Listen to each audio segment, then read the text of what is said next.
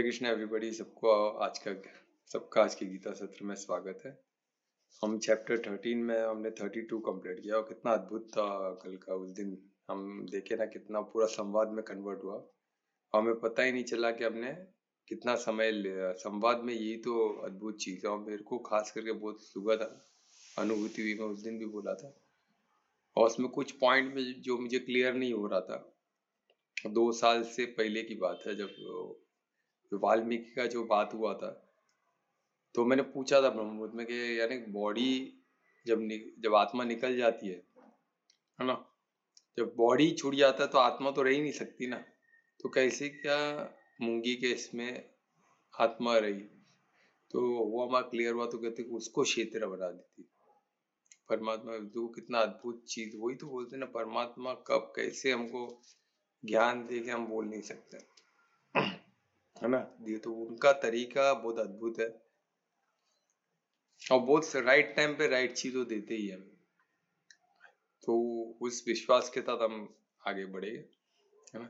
तो परमात्मा को धन्यवाद देंगे ऐसे अनुभूति के लिए। आप सबको भी हो रही है अनुभूति, मुझे पता है, पर कोई शेयर करते कोई नहीं करते, ठीक है। पर शेयरिंग में एक होता है ना कि सबका कॉन्फिडेंस बढ़ता है। जो लोग को अनुभूति नहीं हो पा रही है या कम हो पा रही है, तो उनको लगता है, पहले तो उनको पता नहीं अनुभूति, इसको भी अनुभूति बोलते हैं, ऐसा मुझे ये पता है। तो बोले ये अनुभूति है क्या? ये अनुभूति ऐसे तो हमें बहुत हुई है। तो फिर वो रिलेट करने लग जाते हैं। तो जो टॉपिक हमने कभी सोचा ही नहीं, जो क्वेश्चन हमने कभी उठाया नहीं, कभी आंसर हमने, और कुछ क्वेश्चन का हमको आंसर मिला नहीं, अचानक मिल जाए एक संवाद में या फिर ब्रह्म मुहूर्त में, तो परमात्मा का डायरेक्शन है। या कोई इवेंट में या कोई व्यक्ति में, कोई चीजों में, कोई किधर भी कुछ मिलता है हमको, रिलेट हो पाता है, तो परमात्मा का ऐश्वर्य है कि हमको उन्होंने उस माध्यम से वो ज्ञान प्रदान किया है। संवाद में मिलता है। संवाद और ब्रह्म मुहूर्त तो वो सटीक जगह है। हम इधर भी देखे, जब मेरे ख्याल से 2-3 बार, कितने बार हुआ रहेगा दुर्वेश हमारा ये सेशन संवाद में कन्वर्ट हुआ है? मैं कहता 3 बार हुआ रहेगा, तीसरा बार। तीन हाँ। अच्छा, ये मिला 3 बार ही। सोचो इतने, इसमें 3 बार हम डीप संवाद में जा चुके। डीप यानी बोलते ना, मालूम ही नहीं है, समय का भान नहीं रहता है। हम बस उसमें ऑब्जर्व हो जाते हैं। ऐसा 3 बार हुआ है। एक बार तो कितने बजे तक चला था? 11:15 तक ना, कि कितने बजे तक? वो एक सेशन चला था साधक का, वो हाँ। 2 घंटा चला था। वो 2 घंटा चला। सोचो, मालूम ही नहीं पड़ा कैसे 2 घंटे निकल गए। संवाद बहुत पावरफुल होता है, संवाद बहुत जरूरी भी है। जैसे कल तो सबको एक्सपीरियंस हुआ है ना उस दिन, तो वैसे ही संवाद हमारा एडवांस क्या अद्भुत होने वाला दिन, है ना। हम अलग लेवल पे रहेंगे, परमात्मा का हम साथ महसूस करेंगे, वो इतना अद्भुत होने वाला है, ठीक है। तो उसके लिए हमको बेसिक क्लियर करना पड़ेगा। तो हम पहले परमात्मा के प्यार से, आशीर्वाद से बेसिक क्लियर। तो दोनों हाथों को हृदय मुद्रा मिलाएं, लंबी गहरी श्वास लें,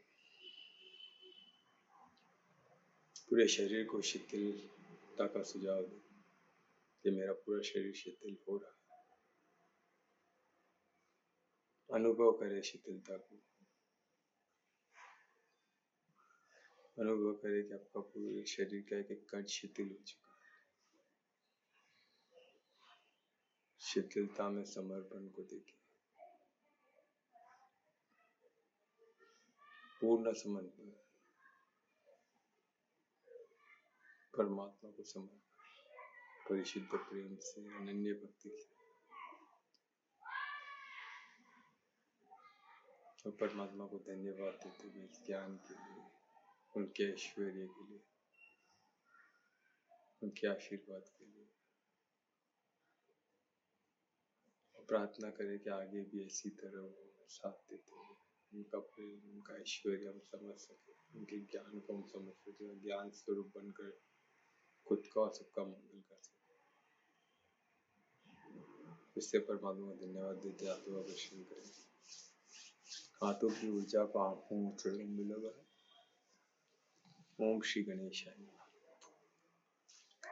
तो हम देखे ऐसे अद्भुत चैप्टर, हमने चैप्टर 13 हुआ है, उसमें स्पेशली हमने 32 श्लोक देखा जो संवाद का श्लोक हो गया, यानी यहाँ से संवाद स्टार्ट हुआ है, जो साधना में हेल्प होता है, जो साधक के लिए जरूरी है। साधक ही साधता है ना चीजों को, और साधक बनना बहुत बड़ी बात है। साधक बन गए तो हमारा समझो हमारा 50% काम हो गया है ना। फिर उस पर हमको सिर्फ डटे रहना है, उसमें परमात्मा के विश्वास को लेके आगे बढ़ते रहना, फिर हम परम धाम पहुंच ही जाएंगे। समय किसका आगे पीछे हो सकता है, पर हमें साधक ही पहुंचेगा, ये बात भी सही है, साधक ही पहुंचेगा है ना। अभी तक जो परम धाम पहुंचे वो तो साधक ही है। हम उनको योगी बोलते कोई, पर सब तो साधना तो करते हैं ना, साधते हैं ना किसी चीज को, साधक ही हुआ। तो हमें साधक बनना है, जो है ना पांचों कोशों से साधते। सिर्फ फिजिकल अन्नमय कोश से साधना हो, प्रैक्टिस हो सकता है, अभ्यास हो सकता है, जो भी हो सकता है, साधक पांचों कोश, यानी पांचों कोश है ना, पांचों 5 डायमेंशन जो बॉडी के है ना, अन्नमय कोश, प्राण, वो पांचों कोश को लेके साधता है। सिर्फ अन्नमय कोश नहीं, पांचों कोश को लेके, जिसमें आनंद में कोश भी हो गया, तो इसलिए तो क्लियर होता है ना एक एक चीज, तो अद्भुत है ऐसा। तो हम देखेंगे, हम 32 को जस्ट रिवाइज करते हुए आगे बढ़ेंगे। तो 32 में हमने देखा साधक, साधना के लिए साधक का हमको परमात्मा ने इजी कर दिया कि आपको साधना क्या है, आप इस चीज को साधो तो आपका मंगल हो जाएगा, है ना। तो अभी हमको 32 में उन्होंने बताया कि किसको क्या कैसे साधना है, और साधने से क्या होगा, हमको जो हम साध रहे उसको किस तरह साधे, वो एग्जाम्पल से हमको कितने प्रेम से हमको बताते। सोचो 2 एग्जाम्पल हमें दिए, ये साधक, ये जो 32 में देखिए उसको हम किस दृष्टिकोण से साध सकते हैं। तो हमें 2 उन्होंने एग्जाम्पल दिया है, एक 33 में और एक 34 में, एक 2 एग्जाम्पल है, इससे हमको क्लियर हो जाएगा कि हमको ये पॉइंट 32 का जो श्लोक है, एज अ साधक हमको इसको साधे तो कैसे साधे। तो हमको 2 एग्जाम्पल दिया गया जो 33 और 34 में, उसको लेके हम साधेंगे तो हमारा काम हो जाएगा, इतना सरल हो जाएगा, ठीक है। तो 32 में क्या था तो हम देखेंगे, फिर हम आज हो सके तो मैं 33 34 दोनों करूंगा, तो आप आज से साधना, कल मॉर्निंग में ब्रह्ममुहूर्त में साध सकते हो, तो हम आज से ही चालू कर सकते हैं, ठीक है। तो मैं कोशिश करूंगा, तो परमात्मा के आशीर्वाद से देखते किस तरह होते हैं। तो हम 32 में देखे थे कि अनंत, यानी क्या, वो अनंत है, उनका कोई स्टार्ट नहीं है ना कोई अंत है, तो वो क्या बिगिनिंगलेस है, यानी उनकी शुरुआत कहाँ से हुई हमें पता नहीं। वो कौन हो सकता है, ये जीव तत्व की बात हो रही है, यानी आत्मा और परमात्मा, है ना। तो इधर आत्मा, ये परमात्मा को लेके ज्यादा एम्फोसिस किया गया है, पर ये जीव आत्मा भी परमात्मा का अंश है, इसके लिए वो भी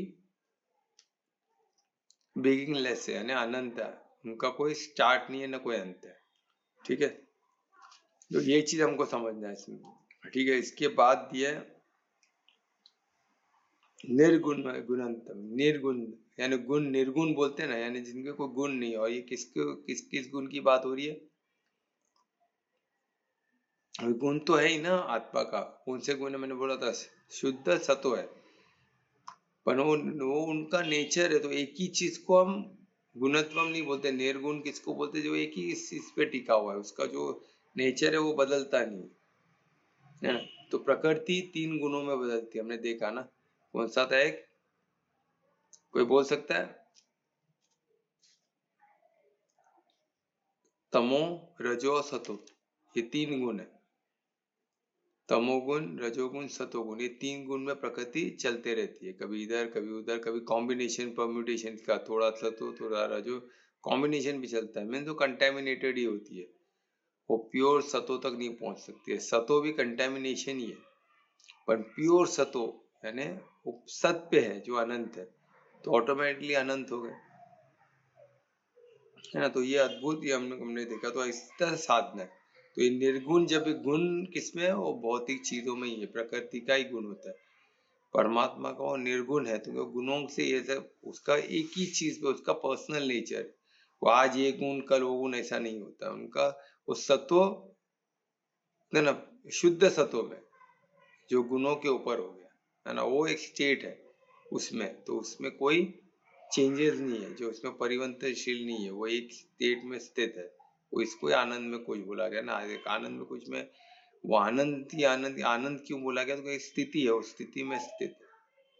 ठीक है, तो इसके बाद ये किसकी बात हो रही है, परम आत्मा है ना, परमात्मा, परमात्मा की बात हो रही है ना, आत्मा जो परमात्मा का ही अंश है, तो ये आत्मा परमात्मा को दोनों को एप्लीकेबल है। ठीक है, हमको उसी तरह साधना है कि आत्मा भी उतना ही प्योर है, तो शुद्ध सतोमी है, वो भी रचयिता है, वो भी रचना नहीं, वो भी रचयिता है, वो डायरेक्ट परमात्मा का ही अंश है। किस तरह है वो हम आगे देखेंगे, है ना, उसको डिटेल में हम एडवांस में साधेंगे।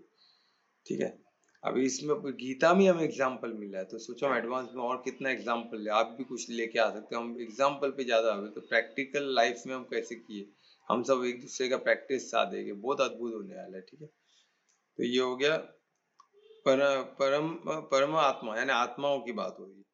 अव्यय, अव्यय मीन्स क्या होता है, वो इम्पेरिशेबल है, वो पेरिश नहीं होते, है ना, बोलते ना खत्म नहीं होते, या वो बुझ नहीं जाते, वो तो होता है ना, कुछ ना दिया कुछ देर के बाद बुझ जाएगा, तो तेल उसको खत्म हो गया, तो इधर खत्म होने ऐसा कुछ है ही नहीं,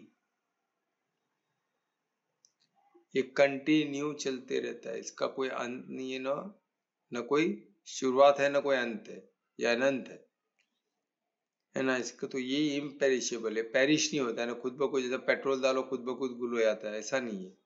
आत्मा और परमात्मा है, कभी इम्पेरिशेबल है, क्योंकि वो परम तत्व है ना, वो पेरिश होगा तो किसमें होगा, उससे छोटा और क्या हो सकता है, हमको इस तरह सोचना है। पेरिश कौन सा चीज होता है, जैसे अभी हमने एक बड़ा बिल्डिंग रखा, तो बिल्डिंग टूट टूट के पेरिश होगा, डीके होगा, वो ब्रिक्स उसमें रेती गिरने लग जाता है, ईंट निकलने लग जाता है, उसके कॉलम टूटने लग जाते हैं, बिखरते रहता है ना, बड़ी चीज बिखरती फास्ट है, फिर उसकी छोटी चीज, अभी एक एक रेती के दाने को बिखरना कितना समय लगेगा, पर बड़े स्ट्रक्चर को बिखरना इजी है, बिखरना, पर छोटे शब्द को, एक रेती कब बिखरेगी सोचो, कितने साल लगेंगे, पर वो भी बिखर सकती है, तो हमको सूक्ष्म लगता है ना हमारे आंखों को, पर उससे सूक्ष्म तो एटम तक सोचो आप कितना बिखरेगा, फिर एटम में इलेक्ट्रॉन को कितना बिखरो, सोचो कितना समय लगेगा, कैसे कर पाएंगे,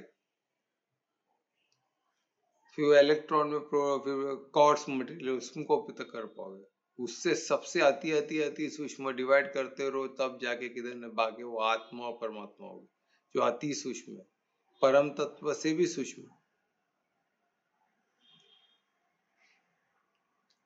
अभी सबसे जो अति सूक्ष्म है उसको पेरिश करने के लिए किधर पेरिश करोगे, उसको और कितना हो ही नहीं सकता, वो एंडस उससे कम हो ही नहीं सकता, यही अद्भुत है। तो ये हमको साधना होगा, तो इससे ऐसे क्लियर होगा कि इम्पेरिशेबल क्यों है, इसलिए इम्पेरिशेबल है। वो बोलते ना, स्टार्ट से उसका कोई स्टार्ट नहीं है, तो इतने छोटे का स्टार्ट कहाँ से होगा, सबसे छोटा वही तो है, और कितना छोटा, और उससे छोटा कोई हो ही नहीं सकता, तो स्टार्ट यहाँ से ही होएगा ना, एक एंड पे पहुंचे, उसके पीछे कुछ है ही नहीं, तो वहां से तो स्टार्ट होगा ना। मैं इधर स्पेस की बात नहीं कर रहा हूँ, मैं बोल रहा हूँ कि वो जो माइन्यूट है, उससे माइन्यूट और जा नहीं सकता है, उससे माइन्यूट और कुछ हो नहीं सकता है, तो वहां से स्टार्ट हो गया ना, इसलिए बिगिनलेस है, वही खुद वो अपने आप में स्टार्ट है। तो उसी तरह आप हर चीज को साधो तो आपको क्लियर होगा कि ये सब किधर से आया है, ये सब ये अनंत है, ये साधक ने जो पर हमारे ऋषि मुनि ने जो साधे, वो किस तरह साधे, तो उनसे छोटा वो अनंत न से, तो यानी वो एकदम माइन्यूट हो गए, तभी तो अनंत है ना, उनका स्टार्ट नहीं पता है, तो वही अपने आप में स्टार्ट है, तो उससे कुछ छोटा हो ही नहीं सकता है, उससे कोई उससे और पेरिश हो के और बारीक बारीक नहीं हो सकता है, दैट इज द एंड, या तो स्टार्ट, उसको स्टार्ट बोलो या एंड बोलो, जो भी है, उतना थोड़ा थोड़ा एंड, उससे भी और नहीं हो सकता है, और उससे उधर से स्टार्ट होगा सब, जो एंड ही तो एक अलग पॉइंट का स्टार्ट होता है, तो उसी तरह तो ये अब ये बताया तो इम्पेरिशेबल हो गया। तो शरीर यानी वो ड्वेलिंग इन बॉडी, बॉडी में ड्वेल करते हैं, बॉडी में कैसे ड्वेल करते हैं, कहाँ से आए, क्योंकि जब गर्भ में जब शरीर का निर्माण होता है, जब वो एक पर्टिकुलर साइज का हो जाता है, तब उस पर खिंचाव आता है वो आत्मा, तो तभी वो इंडिविजुअलिटी, नहीं तो माँ का ही शरीर का एक हिस्सा माना जाता है, जब उसमें जब वो फिर आकर्षित करता है, तो उसको अपना इंडिविजुअल एक अलग पर्सन बनना है ना, उसको अलग अलग एक आइडेंटिटी चाहिए, तो आइडेंटिटी आत्मा ही दे सकती है और कोई नहीं दे सकता किसी को identity।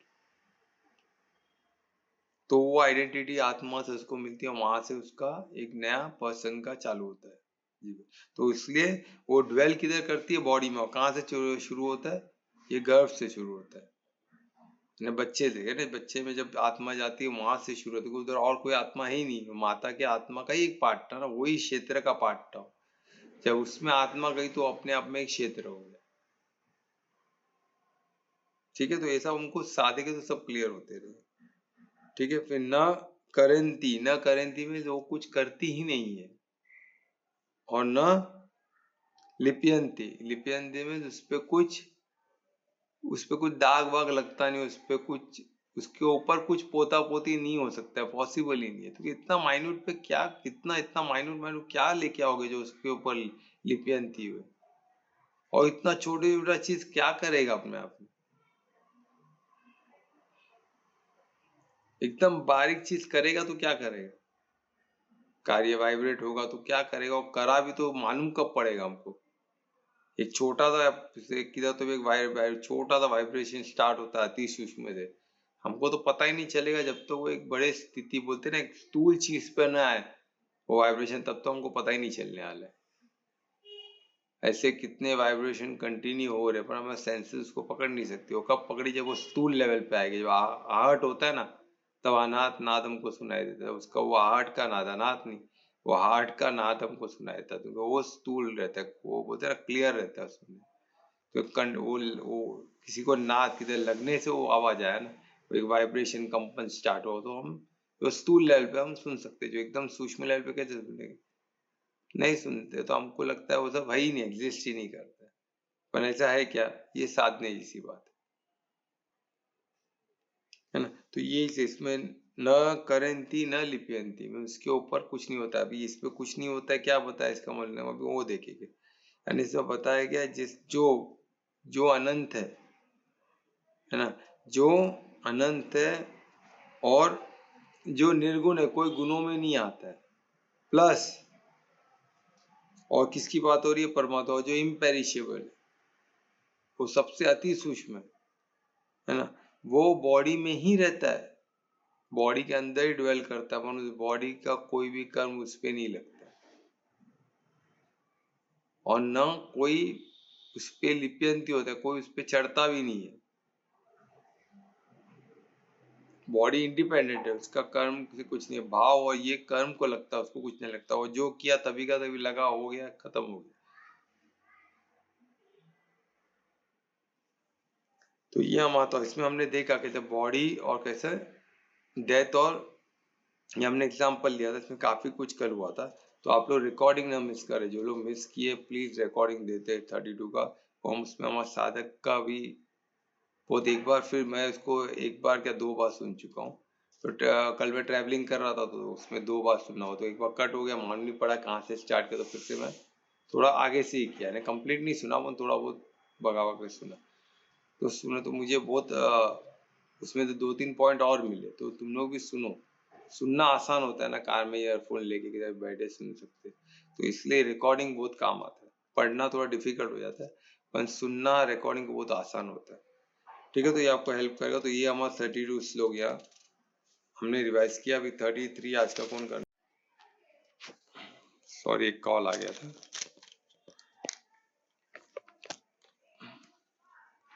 हाँ तो दुरेश कर रहे हो ना, हाँ तो मैं रिक्वेस्ट करूंगा दुरेश को। हाँ अरे सॉरी, हाँ दुरेश कर रहे हो ना, तो मैं रिक्वेस्ट करूंगा दुरेश को कि आज का 30 श्लोक 33 श्लोक पढ़े। श्री गणेशाय नमः। यथा सर्वगतं सूक्ष्म यदाकाशन्नुपलिप्यते सर्वत्रावस्थितो देहे तथात्मानोपलिप्यते। अद्भुत, धन्यवाद दुरेश, बहुत अच्छा आपने श्लोक डिसाइड किया। इसी तरह देखो प्रैक्टिस, अभ्यास कितना जरूरी है, प्रैक्टिस से ही जो हुआ है दुरेश का इतना परफेक्ट। प्रैक्टिस करो, वो हर श्लोक पढ़ता ही है, किसी का भी रहे वो खुद प्रैक्टिस करता ही है श्लोक। तो ये इसी से होगा, तो प्रैक्टिस से होगा, और कोई तरीका दूसरा है नहीं। यानी दूसरा दिन अभी ये दोस्त लोग ये लेता, दोस्त लोग कल्पना भी लेगी तो भी वो तैयारी करता, वो पढ़ता ही है। तो ये तो कोई इंटरेस्ट कैसे आता है, जहाँ ये प्रैक्टिस से होता है, और कोई तरीका, जितना आप इसमें इन्वॉल्व हो गीता में उतना आपको इसमें इंटरेस्ट आए।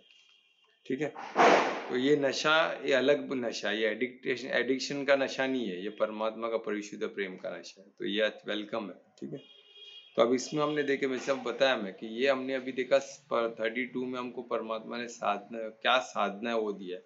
अब उसके लिए हमको 33 में हमको क्या किया है, उन्होंने एग्जाम्पल दिया कि अभी इसको कैसे साधे, किससे रिजेंबल करे, तो आपको क्लियर हो। तो इसमें पहला यदा यानी एस, जो उसमें आकाश का एग्जाम्पल लिया। अब इसमें मैं एग्जैक्ट वर्ड क्या दिया, देखो बहुत अच्छा वर्ड दिया इसमें, सर्वगतम यानी सब में, ऑल प्रिवेडिंग, यानी सब जगह।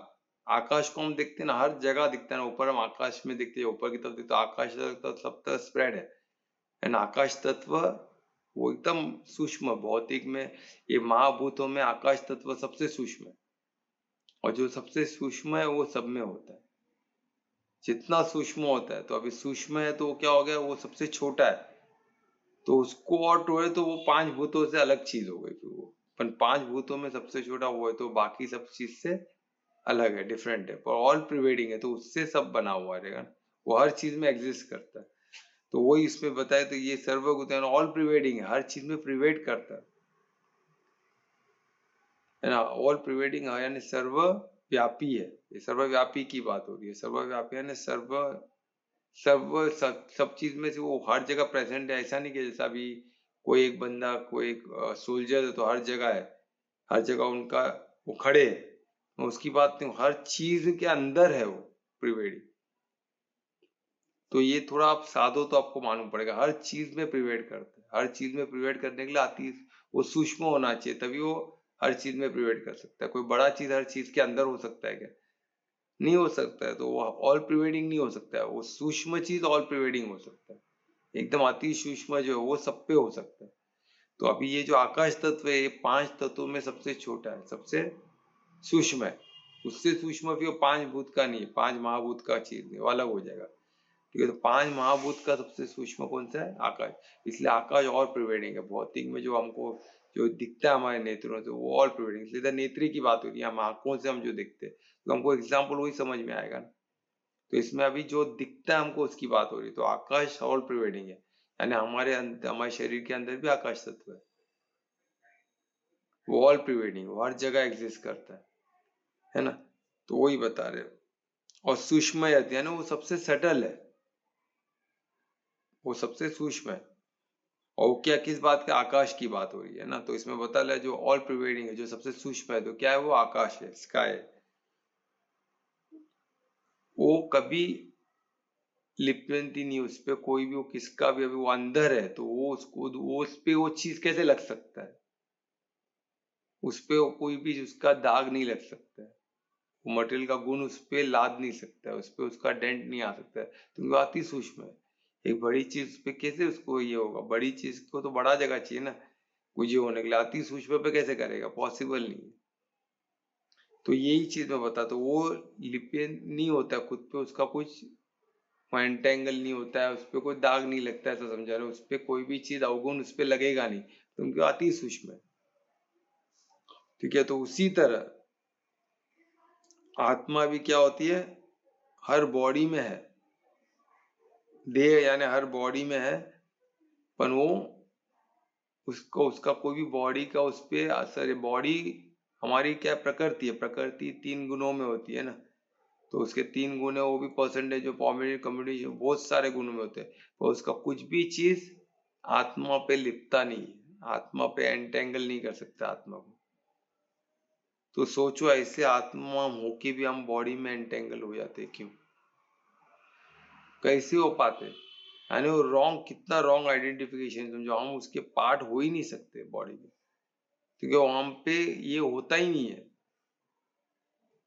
हम ये फोर्सफुली अगेंस्ट द लॉ जाके हम बॉडी कॉन्शियस होते हैं, यानी कितना टफ है और कितना वो हमको प्रॉब्लमेटिक डाल सकता है, कितना प्रॉब्लम में वो डाल सकता है, जरा सोचो आप।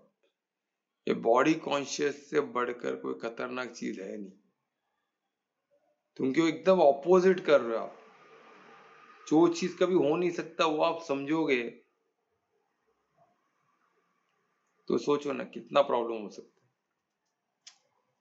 ठीक है। तो वो उस पर कुछ भी वो एंटेंगल होता ही नहीं आत्मा, इसलिए तो आत्मा तुरंत एक झटके में छूट जाता है ना शरीर को। तो हम खुद को बॉडी कैसे समझ सकते हैं, वही तो बात है, हम कैसे समझ कैसे सकते हैं। तो वही श्लोक 34 में दिया गया और इसमें बताया कि सोल, अभी बॉडी क्या होती है, बॉडी सब कार्य करती है, उठना बैठना खाना पीना, उसका अपना फीलिंग है, पर वो फीलिंग क्या सोल का है? नहीं, वो सब बॉडी का ही फीलिंग, थॉट फीलिंग एक्शन जो भी है वो बॉडी का है। आत्मा का सिर्फ भाव और जो दिशा देती है वो आत्मा पे कितना ना कितना आवरण चढ़ता है। ये फिजिकल का किसका भी नहीं चढ़ता है ना। तो यही हमको समझना, तो उसमें जो भी टायर्डनेस हमको फील होता है, अभी बॉडी कुछ सोल कुछ करती नहीं है, तो बॉडी का टायर्डनेस है, हमारा सुख दुख, बॉडी में जो सुख दुख पेन हम फील करते हैं, जो बीमारी फील करते हैं, है ना, जो लोनलीनेस बोर हम होना, बोर होते हैं, ज्यादा एक्साइट हो जाते हैं, वो सब बॉडी का ही है, आत्मा का नहीं है। आत्मा उससे परे है। अभी आप सोचो, जब भी आप ज्यादा दुखी हो गए, जब भी ज्यादा आपको पेन हो फील होगा, जब भी आप खुद को बीमार बोलोगे, वो सब बॉडी से रिलेटेड है, आपसे नहीं है। अब बीमार है तो क्या बॉडी में बीमारी हो सकती है? आत्मा में क्या बीमारी हो सकती है? जो कमजोरी है तो बॉडी में है, आत्मा में कैसे हो सकती है? आत्मा तो अति सूक्ष्म है ना, क्या कमजोरी रहेगी? तो ये सब हमको समझना है कि ये सब बॉडी से रिलेटेड है, हमसे नहीं। तो इसमें कैसे ब्यूटीफुली परमात्मा ने आकाश का हमको बताया, आकाश कैसे और प्रिवेडिंग और स्प्रेड सब जगह दिखता है, पर भौतिक दुनिया के हर सिस्टम से, हर चीज से वो अलग है, अलूफ रहता है, उस पे हमको दिखता है, वो उस पे प्रभाव नहीं डालता है। तो वैसे ही हमको रहना चाहिए। तो हम उस आकाश से हमको खुद को उसका विस्तार दे, वैसा है, उसका विस्तार क्यों हो पाया? क्योंकि वो अति सूक्ष्म है, तो कहां से विस्तार होगा? एक बारीक से बारीक चीज, कोई भी चीज के अंदर वो पेनिट्रेट कर सकता है, पर एक जड़ चीज, जो जड़ है बड़ा है, वो कैसे पेनिट्रेट करे? वो नहीं पेनिट्रेट कर सकती। तो फ्लेक्सिबिलिटी सूक्ष्म को पॉसिबल है, बहुत बहुत इजीली पॉसिबल। तो ये हमको तो अति सूक्ष्म होने के कारण, नेचर के कारण, हम ये जो आकाश तत्व है, तो आत्मा तो अति सूक्ष्म है। जो अति सूक्ष्म है वो तो डेफिनेटली फिर, है ना, सब ऑल प्रिवेडिंग है, तो सब में प्रिवेड होके वो किस तरह करती है हम देखेंगे। अभी हम श्लोक 35 लेते हैं, 34 लेते हैं, तो उसमें आपको और क्लियर होगा। तो 34 कौन पढ़ने वाला श्लोक? सब मैं कर रहा हूँ। हाँ, तो मैं रिक्वेस्ट करूंगा दुर्वेश को श्लोक 34 पढ़। गणेशाय नमः। यथा प्रकाशयत्येकः कृष्णं लोकमिमं रविः क्षेत्रं क्षेत्री तथा कृष्णं प्रकाशयति भारत। अद्भुत दुर्वेश। तो दुर्वेश का 34 श्लोक रिसाइट करने के लिए हम धन्यवाद करेंगे। अभी देखो श्लोक 34 में भी और एक यथा है ना, एस जैसे आकाश का तत्व दिया, अभी आकाश का वो अति सूक्ष्म है, तो उसका विस्तार यानी वो ऑल प्रिवेडिंग है, तो वो एग्जाम से हमको मिलता है। अभी ये एक थोड़ा डिफरेंट एग्जाम्पल है, ये भी एग्जाम्पल ही हमको साधने के लिए हेल्प होता है। अभी इसमें सूर्य का एग्जाम्पल लेके दिया, सूर्य भी अति सूक्ष्म है ना, और वो सूक्ष्म है, वो एकदम वो दूर है, इसलिए हमको छोटा लगता है, पर वो सूक्ष्म नहीं बोला जाएगा, पर वो दूर है, पर वो स्पेस के सामने तो छोटा है ना, पूरा यूनिवर्स के सामने उसका साइज क्या है? बहुत छोटा है, पर वो पूरे यूनिवर्स को एनर्जी प्रोवाइड करता है ना। तो ये पॉसिबल है, जो छोटी चीज है बड़े को नहीं कर सकती, ऐसा नहीं है। वो क्या नेचर का क्या है एग्जैक्टली, अरे भाई सूर्य सूर्य है वो जो लाइट देता है वो ट्रेवल कितना दूर तक करता है, कितना फास्ट करता है, हमने देखा ना। सबसे फास्टेस्ट कोई है तो लाइट है सब ट्रेवलिंग। और रोशनी और लाइट, प्रकाश प्रज्वलित होना है, सबको चाहिए ही ना। ज्ञान भी तो प्रकाश के, ज्ञान को भी प्रकाश के हिसाब से ही देखा जाता है ना। ज्ञान है तो हम ज्ञान को प्रकाश के साथ, प्रकाश है तो अंधकार नहीं है, उसी तरह ज्ञान है तो अज्ञानता नहीं है, तो हम उसी से रिजेंबल करते हैं। प्रकाश जो भी चीज इल्यूमिनेट होती है उसको ज्ञान से संपर्क किया जाता है। तो इसलिए ये एग्जाम्पल हमको बहुत हेल्प करता है, बहुत हेल्प करता है बुद्धि को खोलने में, बुद्धि के विस्तार के लिए बहुत हेल्प करता है। तो इसमें बोलते हैं प्रकाश में होने, इल्यूमिनेट होने के लिए। जैसा सूर्य है, सूर्य खुद मूव नहीं होता, अपन सूर्य सेंटर में तो वहां से ये एक यूनिवर्स को घूमता है। तो ऐसे कितने यूनिवर्स है, कितने सूर्य। तो हर सूर्य वो पूरे प्रकाश को प्रज्वलित करता है, और उसका प्रकाश थोड़ा बहुत बियॉन्ड, तो हर जगह दूर से दिखता भी है। तो तभी तो हम इतना दूर अर्थ में भी देख पाते हैं ना, उसकी उष्णता भी महसूस करते हैं। और वो एनर्जी का प्राइम सोर्स है, अर्थ से ही हमको एनर्जी मिली है। सन से ही हमको रोशनी मिली है। अर्थ को ना, अर्थ को रोशनी कहाँ से मिलती है, एनर्जी कहाँ से मिलती है, सूर्य से ही मिलती है ना। और सूर्य नहीं है तो उसका प्रकाश कम हो गया तो हम खत्म, बढ़ गया तो भी हम खत्म, क्योंकि उसकी इतना ज्यादा एनर्जी, हम इतनी ज्यादा उष्णता हम सह भी नहीं पाए। तो वही एग्जांपल दी, जिस तरह एक छोटा सा सूर्य वो पूरे यूनिवर्स को लाइट करता है, उसकी रोशनी जहां तक जाती है वो एक यूनिट दिखता है, क्योंकि वो उनको दिखता है ना, एक सूर्य के अंदर सब कुछ है। उनका विस्तार सूर्य का देखो प्रकाश के थ्रू होता है। उसी तरह आत्मा जो छोटी है, माइन्यूट है, उसका विस्तार भी पूरे बॉडी तक है। बड़े वो अति सूक्ष्म है, सेल से भी सूक्ष्म है, एटम से भी सूक्ष्म, प्रोटॉन न्यूट्रॉन से भी सूक्ष्म है। उसका जो विस्तार है वो अद्भुत है। क्योंकि एक बोलते ना, अखंड ज्योत है, एक ज्योत है, तो उसका विस्तार क्या है, सच्चिदानंद है। और सच्चिदानंद का विस्तार आप देखते हो कितना है, वो अद्भुत है विस्तार। आप उसको साधो तो आपको मालूम पड़ेगा, पूरा अखंड ब्रह्मांड में उनका विस्तार है। तो उसमें भी कमर्शियल हो रहे क्या लोग, बिल्कुल हो रहे, तो उनको होने दो, हमको नहीं होना है। क्योंकि हम फल की तरफ देखते ही नहीं, हमारा ध्यान पूरा कर्म पे होना चाहिए, फल की चिंता नहीं करें। फल की चिंता करे तो परमात्मा का मदद हमको मिलना बंद है ना। तो ये देखो इसमें वही दिया है, तो कैसे क्षेत्रम, यानी जो बॉडी में जिस तरह आत्मा वो भी अति सूक्ष्म है, पर वो पूरे बॉडी को प्रकाशित करती है, इल्यूमिनेट करती है पूरे बॉडी को। और जहां तक प्रकाश जाता है वहां तक उनका कंट्रोल है। तो इसके लिए ज्ञान को प्रकाश से ये रिजेंबल किया गया, तो ज्ञान भी वाकई में प्रकाश जैसे ही होता है।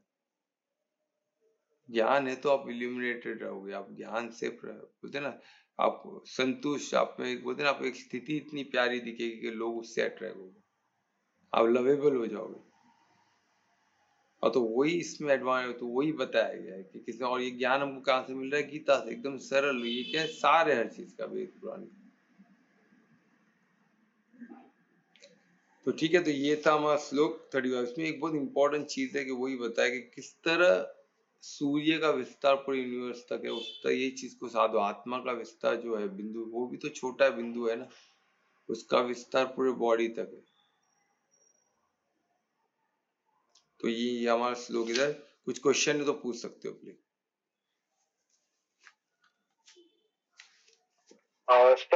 जो 33 श्लोक में बताया है कि आत्मा एंटेंगल नहीं होती है,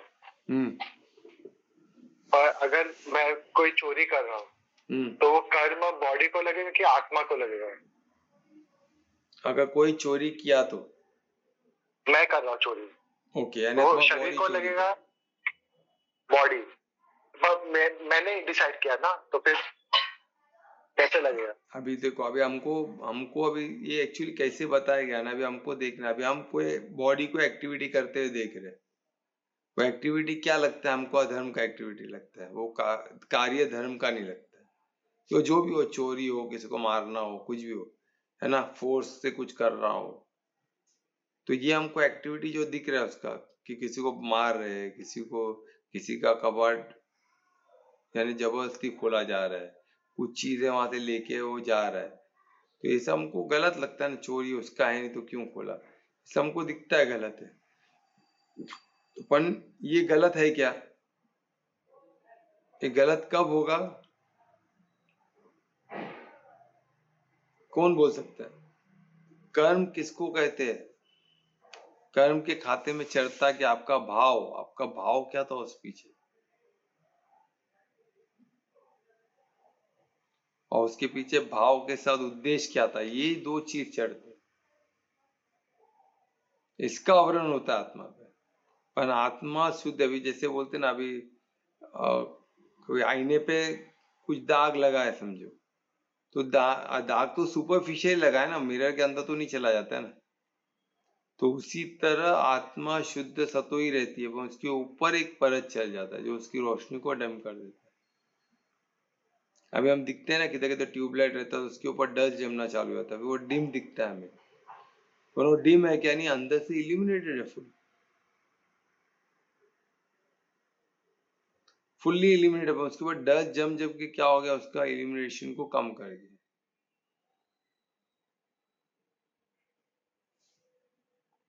तो ये हमको देखना है इस तरह। कुछ समझ में आया ध्रुवेश? हाँ सब क्या एग्जांपल दिया, परफेक्ट था। परफेक्ट था, चलो ठीक है, धन्यवाद परमात्मा का, है ना। और कोई क्वेश्चन?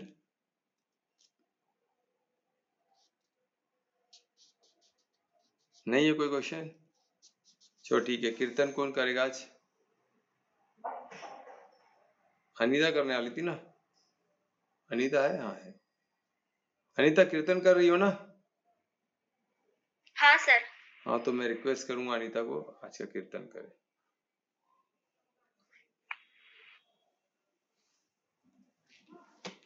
एक मिनट सर।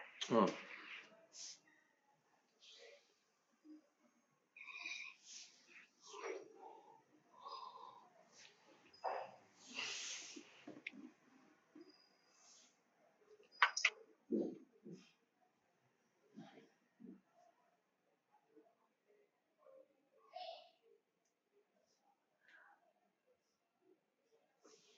आज मैं पार्वती पंचांग श्लोक गाऊंगी।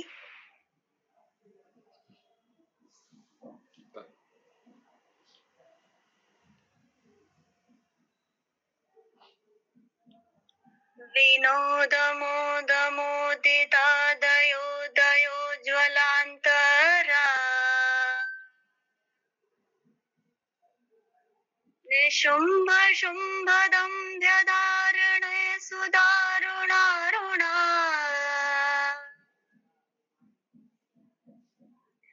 अखंड गंड दंड मुंड मंडली विमंडिता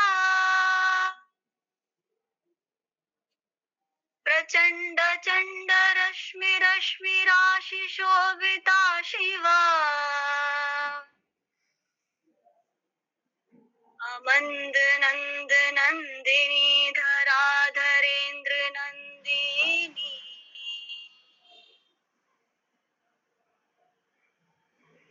प्रतीर्ण शीर्ण तारिणी सदाय कार्यकारिणी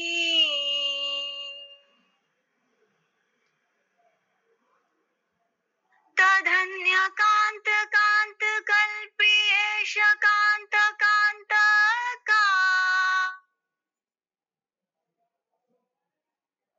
मुरारी कामचारी काममारी धारिणी शिवा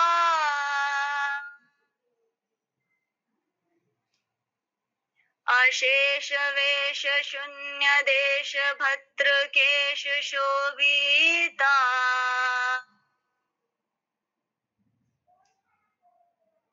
गणेश देवतेश शेष निर्मिवेश वीक्षिता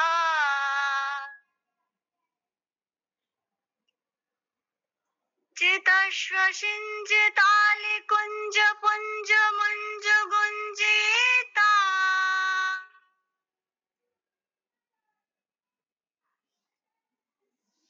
समस्त मस्तकस्थिता निरस्त कामवस्तव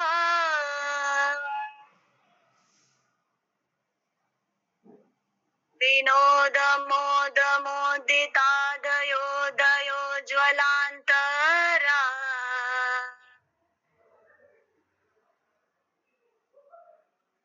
निशुम्भ शुम्भ धारणे सुदारुणारुणा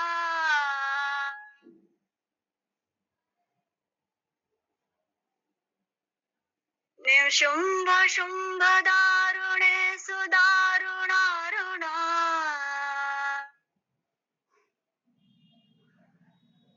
ओम पार्वते नमः। हरे कृष्णा। बहुत अच्छा है अनीता, अद्भुत। इतना अच्छा आपने देखो अभ्यास का परिणाम। अनीता इतना डिफिकल्ट सूत्र लिया, बहुत अच्छा लगा। धन्यवाद अनीता इस अनुभूति देने के लिए। तो अभी महामंत्र भी तुम्ही गाओगी?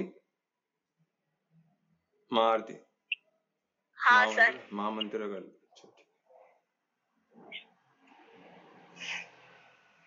हरे कृष्णा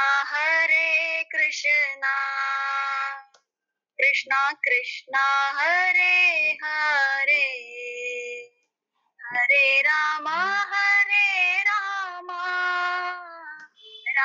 राम हरे हरे हरे कृष्णा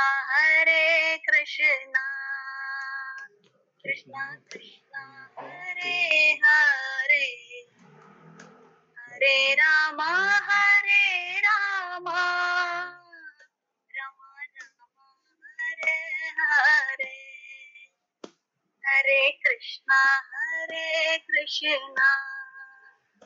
कृष्णा कृष्णा हरे हरे हरे राम राम राम हरे हरे। हरि बोल। हरे कृष्णा। बहुत अच्छे था अनीता, वेरी गुड। बहुत कीर्तन महामंत्र भी बहुत अच्छे इसमें का। तो इस कीर्तन महामंत्र के साथ आज का सत्र यहाँ समाप्त करेंगे। अभी कल हम करेंगे, कल तो गुरुवार है, जो भी आना चाहते हैं, ये हमारा उधर सेल्फ डिफेंस का प्रोग्राम चालू है जो बोरीवली ईस्ट में ही है। तो कोई डायरेक्ट भी आ सकते हैं, जिसको जगह नहीं पता है तो मलाड में हमारे सेंटर में, वहाँ से साथ में चल सकते हैं। और इसमें कोई रजिस्ट्रेशन की जरूरत नहीं है कि आपको बता के आना, ऐसा भी नहीं है। डायरेक्ट वॉक इन करो, सीखो और जाओ। नेक्स्ट टाइम आप आओगे उसकी गारंटी भी जरूरत नहीं है। इतना ओपन, इतना इजी रखा है, बस आओ और सीख के जाओ। अद्भुत रहता है एक्सपीरियंस, हम लोग देखे, और बहुत फिटनेस के लिए भी बहुत अच्छा है। और आगे बोलते ना, एंड कभी भी किस मौके पे हमको शक्ति की जरूरत पड़े, ऐसे खुद को सेल्फ डिफेंस बचाने के लिए भी तो शक्ति चाहिए। और टेकफुल किस तरह बैलेंस करे बॉडी का, बहुत अद्भुत है। और बैलेंसिंग, कभी कभी क्या होता है, कोई हमको गिरा देता है तो हमको खुद को किस तरह बैलेंस करके खड़े रहना है, वो भी इस पे बताया जाता है। कैसे बैलेंस करके खड़े रहना है, गिरे तो कैसे फट से उठना है, और कोई मारे तो हमको डिफेंस कैसे करना है, और फिर खुद को भागने के लिए कैसे उसको मार के उसको थोड़ा सा उसको इम्बैलेंस करके कैसे वहां से भागना है, वो सबको कैसे हेल्प को जनरेट करना है, सब इसमें से आ जाता है। तो बहुत अद्भुत है, कोई मिस न करे। जो भी आ सकते जरूर आए, ओके। और जिनके पास टीम बना सकते हैं, 4-5 लोग, आप अगर 6-7 लोग है, 6 फीमेल लोग है, या 6 मैन फीमेल मिला के 10-15 लोग है, 10 लोग है, तो वहां कोई हम में से आके आपको उधर ट्रेन भी कर सकता है आपके एरिया में। तो ऐसे भी होगा तो हमको बताओ, तो कोई ना कोई जो जो समूह में, हमसे समूह में जो भी हमारे संपर्क में जो है कार्यकर्ता, वो वहां आप तक पहुंचेगी, आपको ट्रेन करेगी, है ना। वो फीमेल, ज्यादा फीमेल तो फीमेल आएगी, तो जेंट्स आएंगे, ज्यादा जेंट्स है तो अपन जो सब समर्पित आत्माएं आएगी, जो संपूर्ण सेवा भाव से कार्य करते हैं, निःशुल्क होता है, वो बहुत अद्भुत होता है। ठीक है, तो सब जो भी आ सके जरूर आए। तो कल नहीं, हम फिर फ्राइडे को मिलेंगे 9 बजे, वो कंक्लूडिंग रहेगा ये 13 चैप्टर का लास्ट श्लोक है, तो कोई मिस ना करे, क्योंकि उसमें हम एक अद्भुत पार्ट को मैं लूंगा जिससे आपको बोलेगा बॉडी कॉन्शियस। हम समझे कैसे हम बॉडी कॉन्शियस में, क्योंकि मैं देख रहा हूँ बॉडी कॉन्शियस वो तो हमको समझ में नहीं आता बॉडी कॉन्शियस में है क्या। तो क्या वो चीज को लेकर हमको पता चलेगा हम बॉडी कॉन्शियस में है क्या आत्मिक स्थिति में। ठीक है, उस पैरामीटर को लेते हुए हम कंक्लूड करेंगे श्लोक 35 जो चैप्टर 13 का लास्ट है। तो धन्यवाद आज जो आए सबके लिए, और सबका मंगल हो, शुभ रात्रि, सबका मंगल। धन्यवाद। धन्यवाद सर, शुभ रात्रि सभी को।